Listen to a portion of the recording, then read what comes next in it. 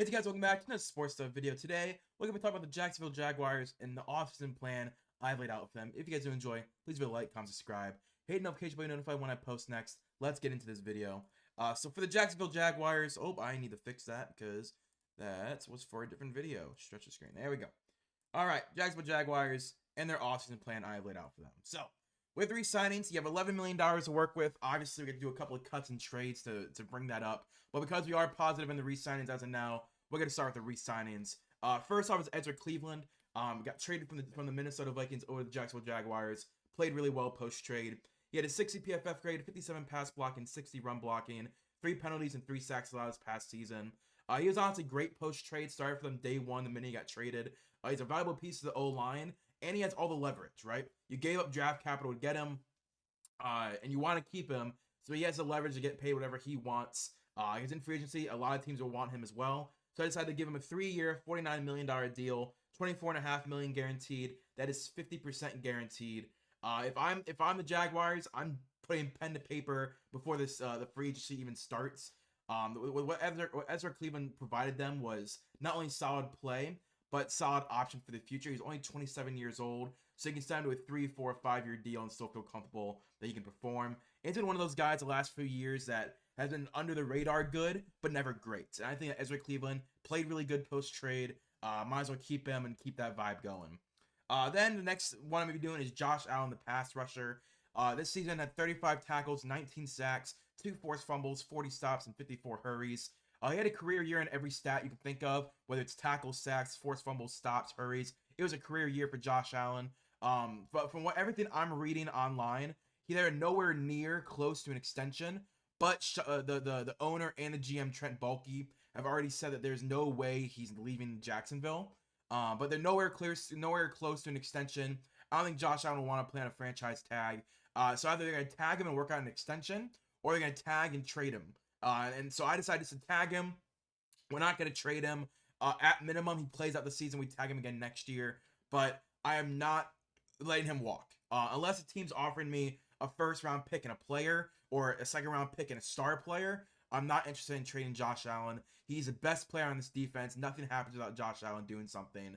I want him long-term in Jacksonville. So right now, it's just a tag, and we'll work out the extension later. Now, because of those that tag and signing, we're negative $23 million in the cap. So the first cut I'm going to be doing is Brandon Scherff. He had a 67 PFF grade, 78 pass blocking, 61 run blocking, 5 penalties, and 2 sacks. He is a solid veteran guard, so I could see them keeping him. He had a solid season, but you can get younger and cheaper. Maybe not better day one, but this draft has a lot of good guards, a lot of guards in free agency.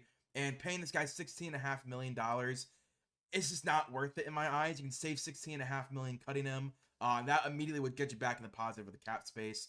Then we have Fularunzu Fadakazi. He had 23 tackles and 20 stops this past season. He's been an okay run stopper for them. Wouldn't say I think last year had a better year than this year. Devon Hamilton has taken his snaps. He has come on the scene. They gave Devon Hamilton an extension, so I don't see the room where they're going to have Fadakazi and Devon Hamilton starting. Both are run-stuffing D tackles. It's a deep class in free agency and the draft at D tackle. As you can see in the draft, I draft a lot of D tackles and defensive linemen. So I know how deep this class is. You can save $8 million cutting them. Again, I just don't see the reason to have Fadakazi and Hamilton on the field at the same time. They play the exact same role in this defense. Next cut is Rashawn Jenkins. He had 78 tackles, 2 interceptions, 28 stops, and a sack. He's been solid since being overpaid in 2021. I remember when they signed him to that 4-year deal for like $80 million. I was shocked. There's much better options in free agency. Not that Rashawn Jenkins is playing bad, but again, he's 31, 32 years old. This team is not as close as we thought as they were to contending. So get better and get younger at the position. He performed well, so he could be kept. Secondary isn't good. You got to get better. You saved $9 million cutting him. That $9 million, I think, can go to a player that can actually perform better for cheaper. And again, safety, you have Andre Cisco, who played really well on a rookie deal. I think Rashawn Jenkins isn't worth the money being paid. And again, this team is not close enough to contending to keep him on the roster for $10 million. Next is Zay Jones. He had 34 receptions, 340 yards, and 2 touchdowns this past season. He's been phased out of the offense. Parker Washington needs more snaps. I was actually a really big proponent of Parker Washington last year. I said I love his route running, I love his hands, I love his aggressiveness when it comes to contact after the catch. And all that panned out in Jacksonville, and I'm very happy I was right because I like Parker Washington. I believe it wasn't he Illinois? I think it was Illinois, right? Oh, Penn State. He was Penn State. I knew it was it was one of those Midwest teams. The deep wide receiver draft class, you can get Zay Jones production out of any of the rookies, or it's Parker Washington getting more snaps, getting more yards and catches. You save $8 million cutting him. I think the only reason you don't cut him is if Trevor Lawrence wants to keep him. If Trevor goes, no, Zay Jones is one of those guys who every time I throw the ball to him, he catches it, he gets the chains moving. I don't want him cut. Then they won't cut him. But if Trevor's like, yeah, Parker Washington, like if they want to involve Trevor Lawrence and Trevor Lawrence wants him, they won't cut him. But if they don't involve Trevor Lawrence, there's no way Zay Jones stays for $8 million. Then a controversial one, Darius Williams, 48 tackles, 4 interceptions, a forced fumble, and 13 stops. He's coming off a career year, so I could see them still keeping him. But he's a 31-year-old corner, right? You move him when the value is at his highest. He's never going to have a career year after this. He's 31 years old. You signed him to a 2-year deal this past offseason. Like, I don't see the room where he's gonna keep developing and becoming an even better corner. Trade him when he's at his most valuable. You save $11 million, traded him, and you can get something back rather than just cutting him or letting him, fall off after this season. So I'm gonna trade him at his highest. I think San Francisco could use a Darius Williams. So Jacksonville's gonna trade a 2025. Jacksonville's gonna receive a 2025 third, and San Francisco receives Darius Williams. The Jacksonville Jaguars, they might have to eat some of the cap to get this trade done, depending on how the 49ers cap space is moving. But in my opinion, it makes sense for the 49ers to buy in on the veteran talent that had a career year in Jacksonville, and for the Jaguars to move off of him and get a third-round pick. Then restructures. Again, when I do restructures, they are the players that I see in 2 years still being on this team. Christian Kirk absolutely is going to be on this team. When he's on the field, you can see how important he is. And when he's off the field, you can see why he's needed. You restructure him, you save $11 million. And for your side of Luakon, yes, Devin Lloyd definitely is, propelling himself to be that linebacker number 1. But for your side of Luakon is still a good run defender, solid coverage linebacker. I don't see them cutting him alongside Fadukazi, who are in the same, free agency class. So I restructure him. You save $10 million, open up $21 million in cap space. Now you have $50 million in cap space to go out, improve this team, and see what you can do. First signing, I'm going to be signing Jordan Lewis to be our slot corner. He had 44 tackles, an interception, and 15 stops this past season. He's a solid veteran outside corner who also is one of the better slot corners when they do move him in the slot. He's really good at run defense. He's not the best when it comes to pass coverage. When it comes to number 1, number 2 receivers. That's why I think it'd be more put him in the slot. But he's good at run defense. He's not worth a multi-year expensive contract, but give him a highly incentivized, guaranteed 1-year deal. I think Jordan Lewis can come in and produce. He showed better production than 2023. He definitely had, I wouldn't say it was a down year, but it definitely was not one of his best years of his career. I don't think the Cowboys re-sign him. I think he's gonna walk. And I think the Jacksonville Jaguars could bite on Jordan Lewis, a 1 year, $5 million. To me, that makes a lot of sense. Then another corner we're gonna be taking a shot on is Eli Apple. He had 38 tackles, an interception, 13 stops, and a sack for the Miami Dolphins this past year. He had good production on limited snaps once everyone got hurt. They signed Eli Apple and Jalen Ramsey and Xavier Howard got hurt. They relied on him a good amount, and he didn't really underperform. He played in relief of injured Howard and Ramsey. He's definitely worth a 1-year deal. I think he still has some gas in the tank. His best years are definitely behind him. That year that the Bengals went to the Super Bowl was definitely his best year. I just feel like that he hasn't really produced since. So I give him a 1 year, $3 million deal. I think if you can get Eli Apple on the team, he could be a guy that you can rely on if a guy does get hurt in the postseason. Then the next signing is Kevin Dotson to play at my other guard spot.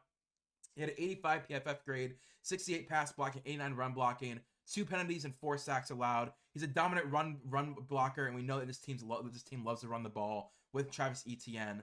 He had a great bounce back season in LA. Obviously was with the Pittsburgh Steelers. Didn't really work out. Went to the Rams, and immediately in the first year or two, he blossomed. Etienne needs better lanes. He's a great scheme fit. I think that if you can get Kevin Dotson in this type of scheme where it's you run the ball with a hard-nosed runner like Etienne who still has that versatility to be like a scat back, I think Kevin Dotson is a really good guard option for you.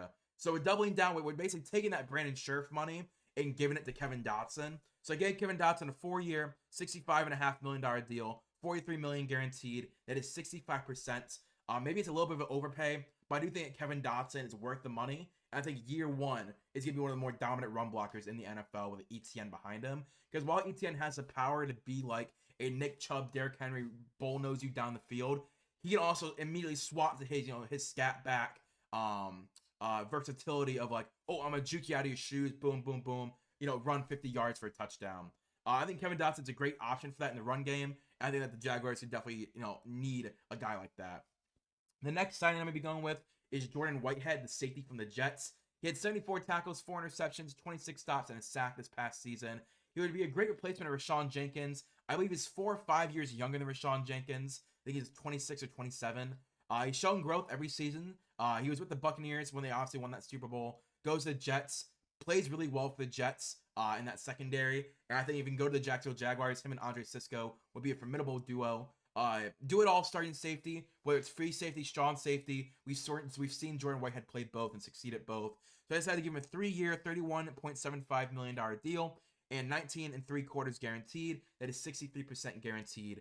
If you can get Jordan Whitehead and Andre Cisco in the backfield, that is a duo that it will run across the field at full force and try and get as most forced fumbles as they can. Plus, again, he's a ball hawk safety who doesn't give up too many coverage busts, Then I'm going to be grabbing Mo Hurst from the Cleveland Browns. 15 tackles, 2 sacks, and 14 stops. He's a great rotation D tackle. In Cleveland, it was him and Shelby Harris. They were rotating out.